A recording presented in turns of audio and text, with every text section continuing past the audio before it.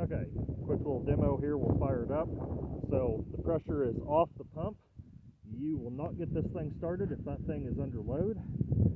Switch is on. It was running here a little bit ago, so it probably won't need to be choked. Or maybe it will.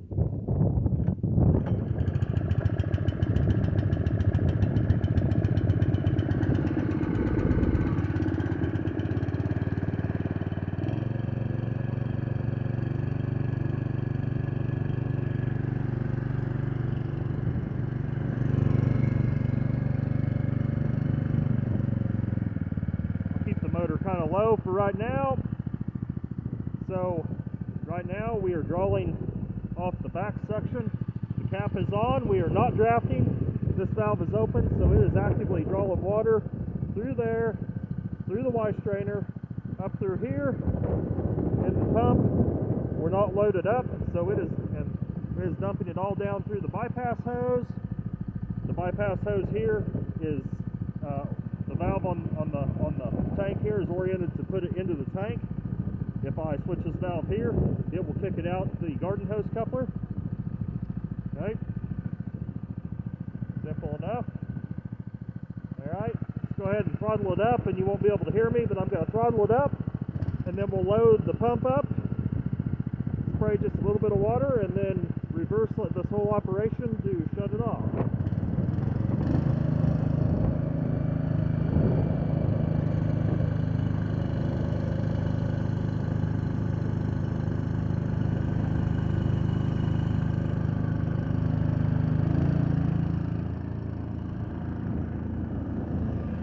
Turn on the valve for the whip line.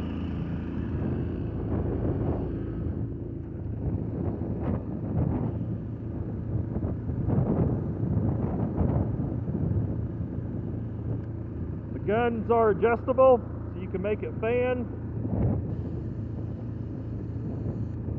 Obviously for fire, you'll want probably a pretty straight stream, like so. Okay. Off. Your auxiliary will pump. Okay. Hose reel. Turn the hose reel on.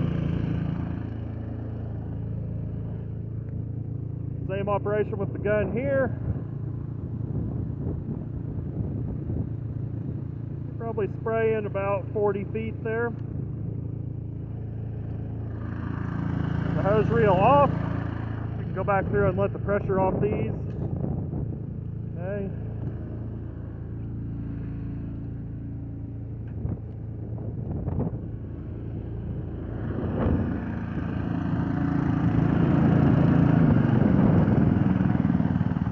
Unload the pump before we shut it off.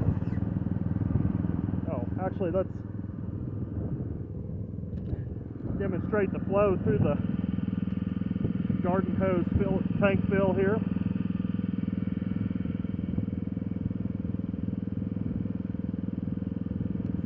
So your garden hose, it'll come with this quick coupler here, and you'll just simply thread your garden hose on there. That prevents you from having to thread this on and off every time you want to hook this up. Okay. The load is off the pump, so it is kicking all the volume through the bypass. Hold the hose here. Okay, three-way lever, three-way valve down here on the bypass to the tank. We're going to divert the water from going into the tank and send it through the garden hose. And there we go. Pretty good flow. We're kicking a little air out of my garden hose here. So obviously if you throttle the pump up, you'll get a little bit more volume, but okay. Let's send this back through the tank now.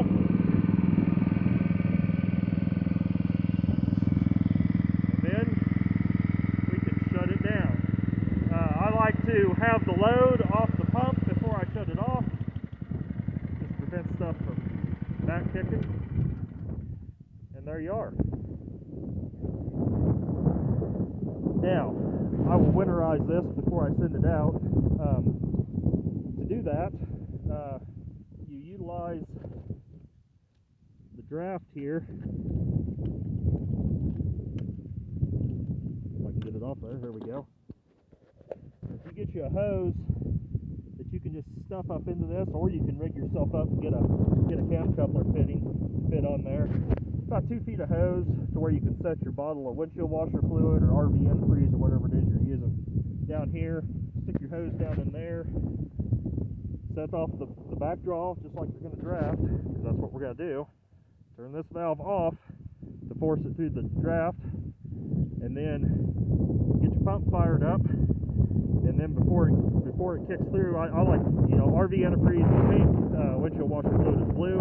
That way you can see it when it comes up through the hose into the pump here.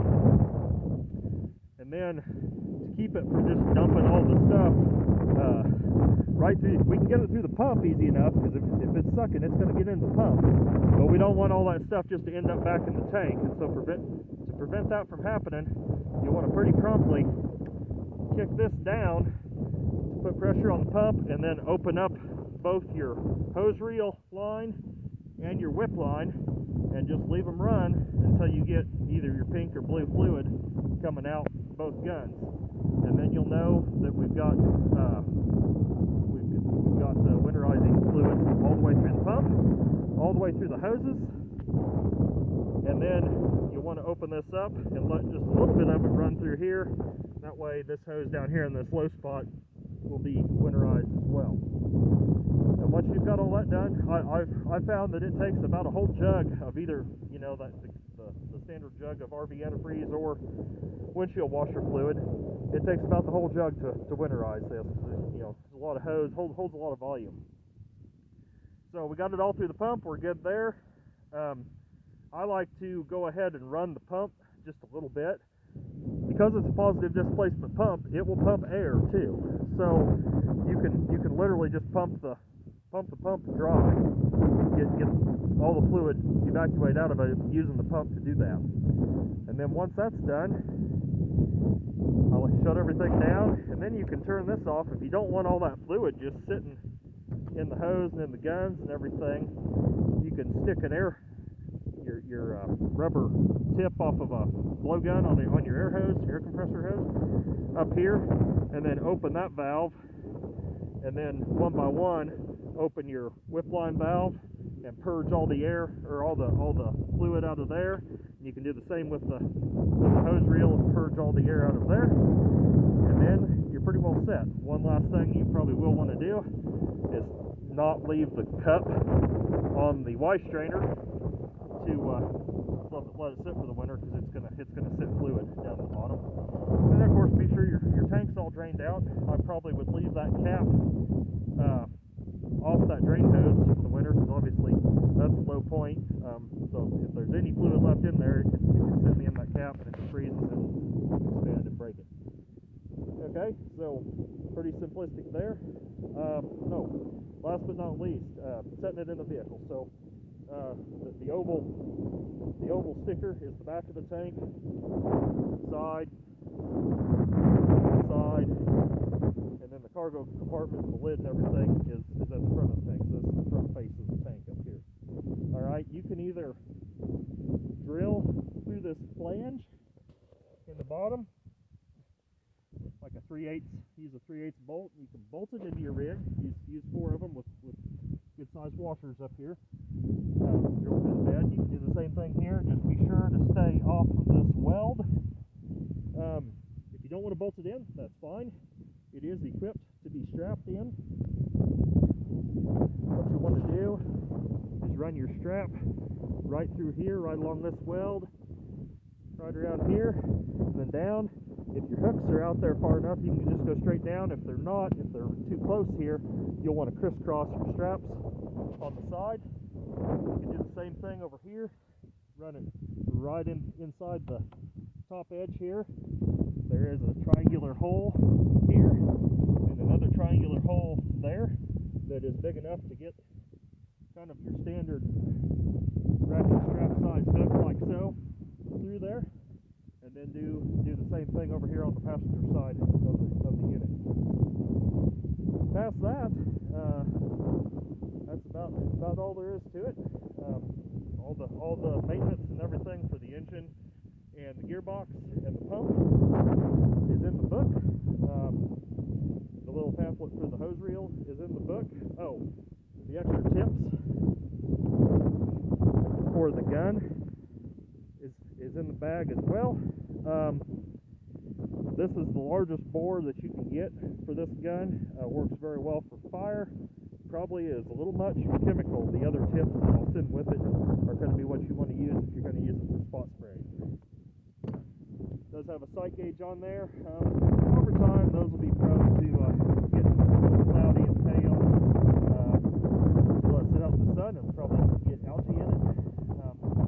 And pretty simple to replace that. That's just a simple 5/16 clear PVC tubing. One thing when I was going over the pump here a little bit ago, when you do change the oil in the pump, you got engine oil, and there's a drain plug on the bottom of the gear case, changes gear oil, and then there's a drain plug right here to change the pump oil. Alright.